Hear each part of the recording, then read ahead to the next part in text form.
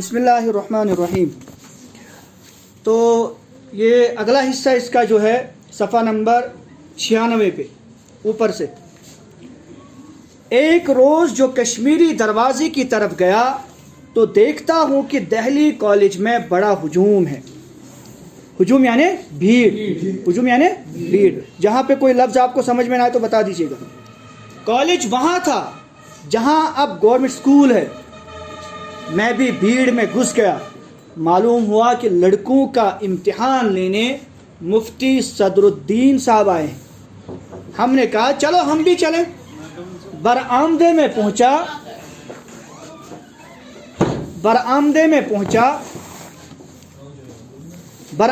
پہنچا، قد چھوٹا تھا، لوگوں کی ٹانگوں میں سے ہوتا ہوا گھسا کر کمرے کے دروازے تک پہنچ ہی گیا۔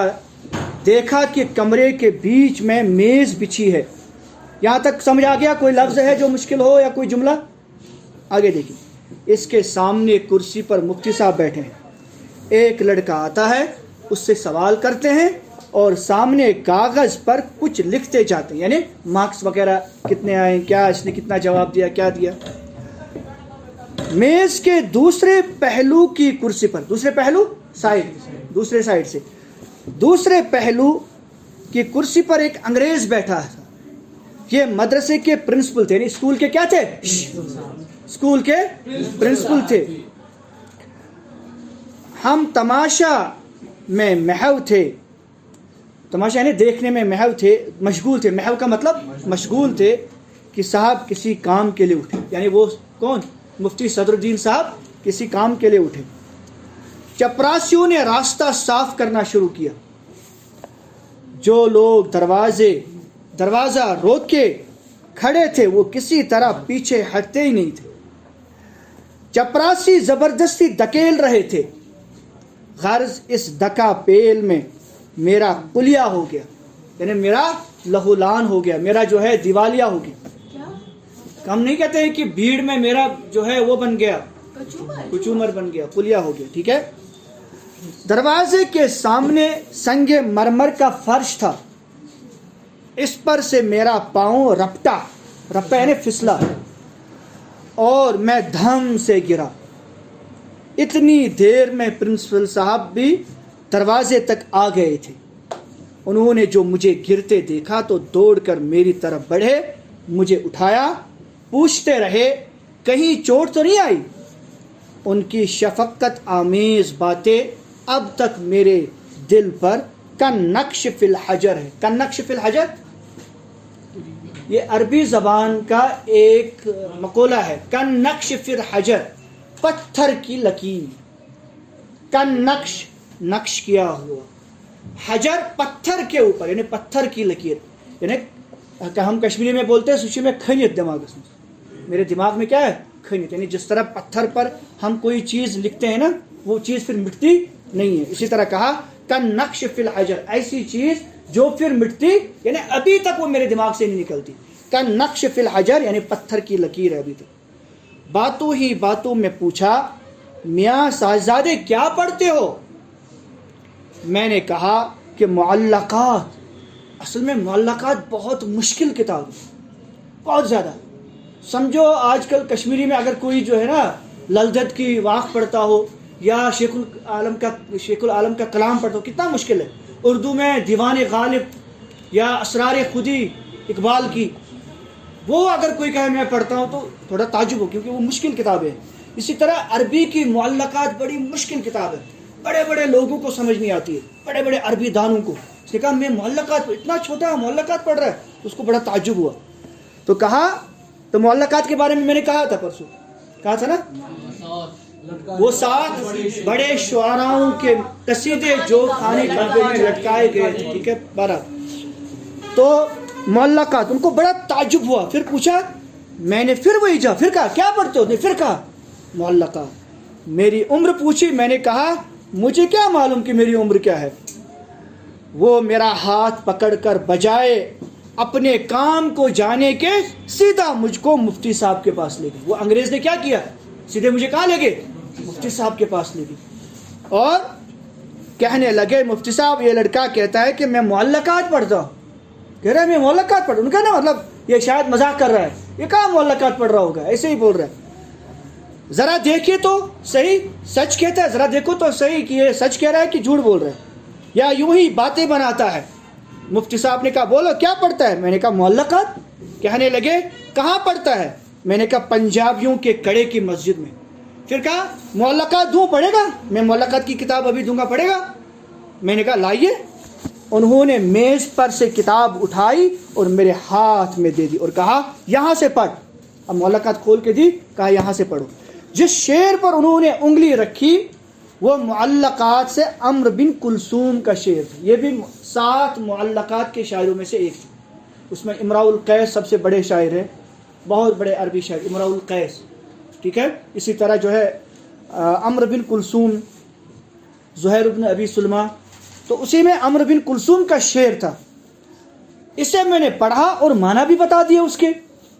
انہوں نے ترکیب پوچھی. ترکیب یعنی فعل فاعل مفعول کہاں ہے, جملے میں بتانا, یعنی فعل کہاں ہے, فاعل کہاں ہے, مفعول کہاں ہے, جملہ فعلیہ ہے, جملہ اسمیہ ہے, کیا ہے, یعنی نحو پوچھی. ترکیب پوچھی, وہ بیان کی, میں نے وہ بھی بیان کر دی, بتا دی.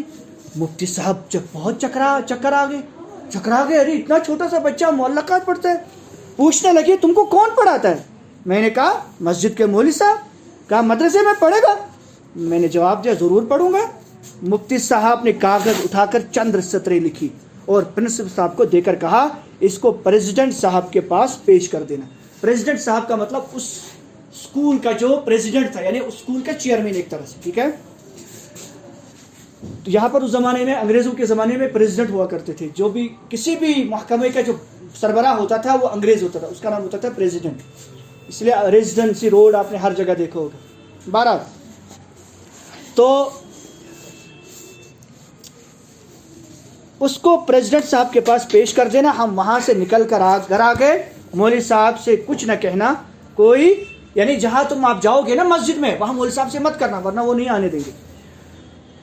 کوئی 7-8 روز کے بعد کالج کا چپراسی مولوی صاحب کے پاس ایک کاغذ دے گیا. اس میں لکھا تھا کہ نذیر احمد کو کالج میں داخل کرنے کی اجازت ہوگی, یعنی اس کو ایڈمیشن مل گیا ہے. کل سے آپ اسے کالج میں آنے کی ہدایت کر دیجئے. اس کا وظیفہ بھی ہو گیا ہے, اسکالرشپ, وظیفہ اس کا اسکالرشپ بھی ہو گیا, فری میں اس کو پڑھنا ہے, کوئی فیس نہیں ہے. چپراسی تو یہ حکم دے چلتا بنا, چپراسی نے یہ حکم دیا اور اس کلرک نے آ کے دے دیا. لیکن مولوی صاحب نے مجھے بلایا, خط دکھایا اور پوچھا یہ معاملہ کیا ہے. میں نے کچھ جواب نہ دیا, چپ رہا.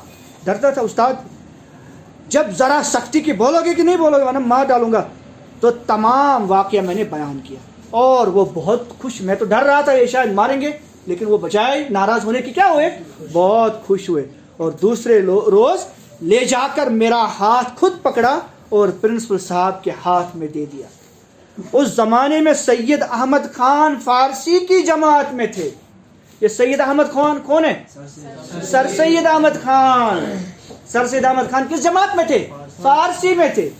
یعنی کہنا یہ چاہتے تھے وہ ابھی میرے لیول کے نہیں تھے, کیونکہ اس زمانے میں جو مدرسے کی تعلیم ہوتی تھی کالج میں, وہ تعلیم ہوتی تھی پہلے اعدادیہ. اعدادیہ میں کیا ہوتا تھا, بیسک تعلیم پڑھائی جی, اردو بیسک قاعدے وغیرہ, پڑھنا لکھنا, اردو پڑھنا لکھنا تھوڑا تھوڑا, اور تھوڑی سی جو ہے جمع تفریق یعنی پلس مائنس, یہ چیزیں بیسک چیزیں سکھائی جاتی ہے, اس کو کہتے ہیں اعدادیہ. پھر آتا اس کے بعد کیا آتا ہے, پھر فارسی کی کلاس آتی جس میں فارسی پڑھائی جاتی تھی 2-3 سال, اور اس کے بعد عربی اول عربی دوم. یہ تو کس لیول کے تھے, یہ 4-5 کلاسز آگے تھے اس سے. کہنا یہ چاہتے وہ فارسی میں تھے, میں عربی میں تھا. بہرحال تو سید احمد خان فارسی کی جماعت میں تھے, فارسی کلاس میں تھے. منشی ذکا اللہ, منشی ذکا اللہ, یہ بھی ایک بہت بڑے اس زمانے کے بعد میں بہت بڑے ادیب تھے. یہ حساب کی جماعت میں, میتھمیٹکس کی حساب, ریاضی, ٹھیک ہے. اور پیارے لال یہ بھی بعد میں اردو کے بہت بڑے کیا بنے, شاعر بھی بنے. انہوں نے اصل میں انگریزی کے بڑے یہ ادیب تھے, تو اردو بھی لکھے انہوں نے. اور پیارے لال انگریزی کی جماعت میں پڑھتے تھے. میں عربی کی جماعت میں شریک ہوا. مجھے کس کلاس میں رکھا گیا؟ عربی کی جماعت میں, عربی کلاس میں. میں نے کہا مولوی صاحب آپ کی جماعت کہاں بیٹھتی تھی؟ یہ کون بول رہے؟ میں نے کہا مولوی صاحب آپ کی جماعت کہاں بیٹھتی؟ یہ کون کہہ رہا ہے؟ فرحت اللہ بیگ کہہ رہے ہیں. کس سے؟ نذیر احمد سے کہہ رہے ہیں یہاں پہ. کیونکہ یہ نذیر احمد کی کہانی کچھ ان کی کچھ میری زبانی، کیونکہ یہ ان سے پوچھ رہا ہے. یہاں پر تک کو یہ مولوی نذیر احمد کہہ رہے تھے، اب یہاں سے کہہ رہے ہیں مرزا فرحت اللہ بیگ. میں نے مولوی صاحب سے یعنی مولوی نذیر احمد سے پوچھا کہ تمہاری جماعت کہاں بیٹھی تھی، تمہاری کلاس کہاں ہوتی تھی؟ کہنے لگے پرنسپل صاحب کے کمرے کے بازو میں، بالکل پرنسپل صاحب کمرے کے بالکل سیدھے میں ساتھ میں جو چھوٹا کمرہ ہے اس میں ہماری جماعت تھی. دوسرے پہلو میں دوسری طرف میں کون تھے؟ جو کمرہ ہے اس میں فارسی کی جماعت. ٹھیک ہے. دانی نے کہا مولوی صاحب آپ کے اختیاری مضامین کیا تھے؟ اب یہ دانی کون ہے؟ ٹھیک ہے. یہ دانی کوئی وہاں پہ رہا ہوگا جو پوچھنے والا ہوگا، اس کے ساتھ مرزا فرحت اللہ بیگ کے ساتھ کوئی اور رہا ہوگا، کوئی اور شخص جو کس سے پوچھ رہا ہوگا؟ مولوی نذیر احمد سے کچھ پوچھا ہوگا. تو اس کو یہاں پہ انہوں نے دانی کہا. دانی نے کہا مولوی صاحب آپ کے اختیاری مضامین. اختیاری مضامین کا مطلب؟ شاباش. اختیاری مضامین آپشنل سبجیکٹس. اختیاری مضامین کا مطلب آپشنل سبجیکٹ. دوسرا ہوتا ہے لازمی مضامین، کمپلسری، اس کو کہتے ہیں لازمی مضامین. ایک کو کیا کہتے ہیں؟ لازمی کو کہتے ہیں کمپلسری. اور جو آپشنل ہوتے ہیں ان کو کہتے ہیں اختیاری. یعنی آپ کے پاس اختیار ہے، آپ لے بھی سکتے نہیں بھی لے سکتے، اسی لیے اس کو کہتے ہیں اختیاری. اختیاری مضامین کیا تھے؟ مولوی صاحب ہنسے اور کہا، مولوی صاحب نے ہنسا اور کہا میاں دانی ہم پڑھتے تھے، آج کل کے طالب علموں کی طرح گھاس نہیں کاٹتے تھے. ٹھیک ہے. یہ اس زمانے کی بات کر رہے ہیں، آج کل کے طلبہ کی طرح گھاس نہیں کاٹتے تھے بلکہ ہم پڑھتے تھے. مولوی صاحب اس فقرے کا بہت استعمال کرتے تھے. اس فقرے کا یعنی اس جملے کا، ہم پڑھتے تھے گھاس نہیں کاٹتے تھے. تمہارے اکثر جب وہ پڑھانے آتے تھے یہ کہتے تھے ہم پڑھتے تھے تمہاری طرح گھاس نہیں کاٹتے تھے، ہم پڑھتے. یہ اکثر ان کے یہ آتا تھا. اور آگے کہا ارے بھائی ایک ہی مضمون کی تکمیل کرنا دشوار ہے، ایک ہی سبجیکٹ کو مکمل طور سے پڑھنا اور سمجھنا ناممکن ہے، مشکل کام ہے. تم کہہ رہے ہو کتنے مضامین اور پڑھو گے؟ اب آگے بتا رہے آج کل پڑھاتے نہیں، لادتے ہیں کھاروں کی طرح، گدھوں کی طرح اوپر بوجھ ڈال دیتے ہیں. 10-15 مضامین، ایک مضامین بھی نہیں سیدھے سے نہیں پڑھتے ہیں. وہی کہہ رہے آج کل پڑھاتے نہیں بلکہ کیا کرتے ہیں؟ لاد دیتے ہیں. آج کل وزن ڈال دیتے ہیں بکسوں اس کا، ٹھیلوں کا. آج پڑھا کل بھولے، آج پڑھا اور آج پڑھا کل بھولے. آج پڑھتے ہیں تو آپ دوسرے دن بھول جاتے. کیوں؟ کیونکہ اردو، انگریزی، میتھ، سائنس میں بھی 3-4 اور ہسٹری، جغرافی، اتنا سارا جب ایک ساتھ تو کچھ بھی یاد نہیں رہتا. اب آگے دیکھیے تمہارا تعلیم ایسی دیوار ہے، تمہاری تعلیم، پھر مثال دی کہ تمہاری تعلیم ایسی دیوار کی طرح ہے جس میں گارے کا بھی ردہ ہے. گارا کس کو کہتے ہیں؟ کوشش پر جس میں اینٹ بند ہو جاتی ہے اس کو کیا کہتے ہیں؟ گارا. یعنی وہ سیمنٹ جو ہوتا ہے اس میں کیا پڑا ہوا ہے؟ اس میں روڑے پڑے ہوئے ہیں. جب روڑے پڑے ہوں گے تو اینٹ کہاں بند ہو جائے گی؟ گارے میں کیا ہے؟ ردہ ہے، یعنی اس میں ڈلے ہیں، چھوٹے چھوٹے ڈلے، اسی لیے وہ اینٹیں مضبوط نہیں ہو جاتی. یعنی تمہاری مطلب اگر وہ مسالہ ہوتا ہے نا سیمنٹ، اس میں اگر بڑے بڑے کنکر ہوں گے تو اینٹ بند ہو جائے گی؟ نہیں ہو جائے گی. اسی لیے اس کو چھان کے ڈالنا پڑتا ہے نا، کس کو؟ ریتی کو. تو ردہ کسے کہتے ہیں؟ اس میں ڈلے ہیں چھوٹے چھوٹے. ٹھیکریاں بھی گھسیڑی دی، ٹھیکریاں بھی گھسیڑ دی. اور اس دیوار میں آپ نے وہ ٹھیکریاں بھی گھسیڑ، کہانی سے لگام سے اور کبھی بھی گر سکتی ہے. وہ دیوار صحیح سے بند نہیں ہوئی ہے. یعنی تمہاری جو تعلیم ہے تم ایسے پڑھتے ہو، کبھی یہ پڑھتے ہو، کبھی یہ بھی پڑھتے ہو، کبھی ادھر بھی پڑھتے ہو. یعنی 10-15 سبجیکٹ ایک ساتھ جب پڑھو گے تو کیا یاد رہے گا؟ خاک. جو ایسا ہی ہے. آگے کہہ رہے ہیں پتھر بھی ہے کہیں چونا اور اینٹ بھی ہے، ایک دھکا دیا اور اڑا دھم کر گر گئے. دیوار کیا ہوتی ہے؟ ایک دھم سے گر جاتی ہے. تمہاری مثال اسی دیوار کی جیسی، کیونکہ تم جب بہت سارے سبجیکٹس پڑھتے ہو اس لیے تمہارے دماغ میں کبھی اس کی جگہ وہ آ جاتا ہے، کبھی اس کی جگہ یہ آ جاتا ہے، کبھی اس کی جگہ یہ آ جاتا ہے. اور جب تم کبھی ایگزام میں بیٹھتے ہو، کبھی ابھی حال ہی میں 10th والے کو لکھنا تھا، اس نے عبرت میں اس کی جگہ اس دوسرا لکھا ہے، دوسرے کی جگہ تیسرا لکھا ہے، ادھر سے ادھر. آپ بھی ہو جاتے ہو نا کبھی. وہ کیوں؟ کیونکہ جب بہت زیادہ ہو جاتا ہے اسی وجہ سے. ہم کو اس اب اپنا بیان کر رہے ہیں کہ ہم کس طرح سے پڑھتے تھے. ہم کو اس زمانے میں ایک مضمون پڑھاتے تھے مگر اس میں کامل کرتے تھے. ہم لوگ کیا کرتے تھے؟ پہلے ایک ہی مضمون پڑھتے. ابھی بھی مدارس میں کیا ہوتا ہے، پہلے اردو پڑھائی جاتی ہے. اردو جب مکمل ہو جاتی ہے نا، 1 سال یا 2 سال بھی اگر کسی کو اعدادیہ کہتے ہیں، اردو اچھے سے پڑھائی جاتی ہے. پھر 2 سال فارسی پڑھائی جاتی، اچھے سے فارسی سے پڑھائی جاتی. پھر اس کے بعد عربی پڑھائی جاتی. یعنی پہلے ایک سبجیکٹ کو مکمل کرایا جاتا ہے، پھر یہ نہیں کہ ایک ساتھ سبھی سبجیکٹ پڑھائے جاتے. ٹھیک ہے؟ تو کامل کر دیتے تھے، مکمل کر دیتے تھے. پڑھانے والے بھی ایرے گہرے پچکلیاں نہیں ہوتے تھے. وہ پڑھانے والے استاد بھی وہ کوئی ایرے گہرے نہیں ہوتے تھے، وہ بڑے ماہر ہوتے تھے. انہوں نے ہر کوئی سبجیکٹ مہارت کے ساتھ پڑھا ہوتا. جس مضمون کو وہ پڑھاتے تھے اس مضمون کے وہ ایکسپرٹ ہوتے تھے، اس مضمون کے ماہر. پچکلیاں نہیں ہوتی، یعنی ہوائی فائرنگ نہیں کرتے تھے. وہ ایسے کو چھانٹا جاتا تھا جن کے سامنے آج کل کے عالم محض کاٹ کے الو ہے. ایسے طریقے سے جب ریکروٹمنٹ ہوتی تھی، چھانٹنا ریکروٹمنٹ، ایسے چھانٹا جاتا تھا. ایسے ریکروٹمنٹ ہوتی تھی، بڑے بہت زیادہ ایگزامز ہوتے تھے، پھر ڈیمو ہوتے تھے، پھر جو ہے لائیو کلاس، مطلب طلباء کے سامنے بڑے اچھے طریقے سے ان کا ایگزام کیا جاتا تھا، پھر پرکھا جاتا تھا، تب جا کے سلیکشن ہوتی تھی ٹیچر کی. ٹھیک ہے؟ لیکن آج کل کی نہیں.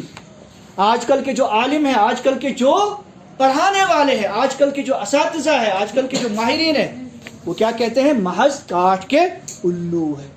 وہ کاٹ کے الو مطلب وہ لکڑی کے، وہ آپ نے کاٹ کے الو دیکھا ہوگا، وہ نا گھاس پھوس کا جانور آپ نے دیکھا ہوگا کھیت وغیرہ میں جو رکھتے ہیں نا،